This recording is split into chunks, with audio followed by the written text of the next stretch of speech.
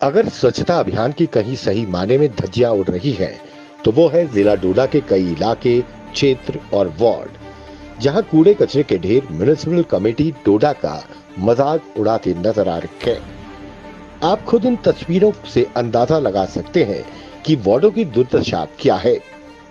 Ward number 17 की हालत का अंदाजा यहाँ की गंदगी से लगाया जा सकता है, जो कई तरह की बीमारियों को दावत दे रही है। वैसे भी जम्मू संभाग में डेंगू का प्रकोप बढ़ता जा रहा है। अब आप काउंसलर व्हाट्सएप ग्रुप में दिए गए मैसेज को ही पढ़ लीजिए कि रात 10 बजे बुलाया गया, कितनी लापरवाही है। फिर जब गलती का एहसास हुआ तो मैसेज चेंज किया गया। क्या यही एक दिन स्वच्छता के लिए रखा जाता है, जहां फोटो शूट होता है, वीडियोस बनाए जाते हैं और रंगारंग कार्यक्रम पेश कर अपनी वाहवाही की जाती है। उसके बाद सभी वही आलम, गंदगी के ढेर, बीमारियां और सब कुछ उसी रूटीन में वापस आ जाता है। ब्यूरो रिपोर्ट, स्ट्रेट टाइम्स, डोडा।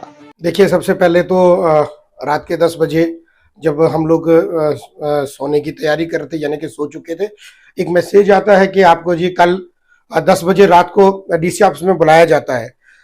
चलो हम तो सो गए। जब सुबह देखा तो वो मैसेज पे रेक्टिफिकेशन भी आया, लेकिन जब आपने इस विषय को हमारे पास लाया, हमने छुपाने की बहुत सारी कोशिश की, क्योंकि पूरे हिंदुस्तान में जो ऑनरेबल प्राइम मिनिस्टर ने एक रिक्वेस्ट की थी पूरे देशवासियों से, जहां पे लोगों की छुट्टियां रद्द हो गई, कि आपने सुबह का पूरे हिंदुस्तान में 1 घंटे का कार्यक्रम करना है और सफाई का अभियान करना है, गार्बेज फ्री इंडिया बनाना है। तो कहीं ना कहीं हमें आज यानी कि रात के 10 बजे के लिए बुलाया है। तो एक शर्म की बात है कि हमारी जो एग्जीक्यूटिव ऑफिसर म्युनिसिपैलिटी की चेयर, एक मुझे लगता है कहीं ना कहीं इनकम्पिटेंट हाथों में है। इसको वाजिब में कर देना चाहता हूं कि जब भी आपका ये प्रोग्राम बनता है, काउंसलर इज एन अथॉरिटी, अगर वो उस पर लिखते हैं अपने मैसेज में कि ऑनरेबल काउंसलर, क्या उन्होंने हमारे साथ बैठ के रणनीति बनाई? जितने भी पखवाड़े हुए, जो भी कार्यक्रम हुए हैं, मेरे को कहीं पे इन्विटेशन नहीं मिला कि भाई आपके एरिया में हम ये पखवाड़ा बना रहे हैं। और सबसे बड़ा गार्बेज, जैसे अभी आपने डिस्कस किया कि आज म्युनिसिपैलिटी ऑफिस से गंद उठा के यहाँ पे भारत रोड में डाली गई, और ये भी एक विडंबना है कि वाकई हम लोग अपने तो घरों से उठा के और सड़क में अपना कूड़ा डाल रहे हैं।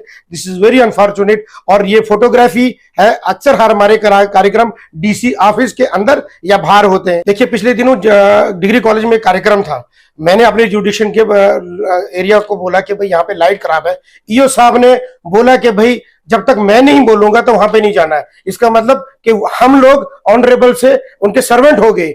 हम लोग डायरेक्शन पास करते हैं, यहां से घाट पे आप जा सकते हो सफाई करने के लिए। और क्या हमारे जुडिशन में हम लोग आज का कार्यक्रम की हेतु बात करूं, आज के जो कार्यक्रम आईटीआई के मेरे जुडिशन नारी निकेतन के पास था, मैंने उनको बोला कि भाई मेरे स्वीपर मेरे एरिया में चाहिए, तो वो कार्यक्रम दाएं बाएं कर रहे हैं, डीसी ऑफिस के बाहर कर रहे हैं। मुझे उससे क्या लेना देना है? I am the authority of my जुडिशन।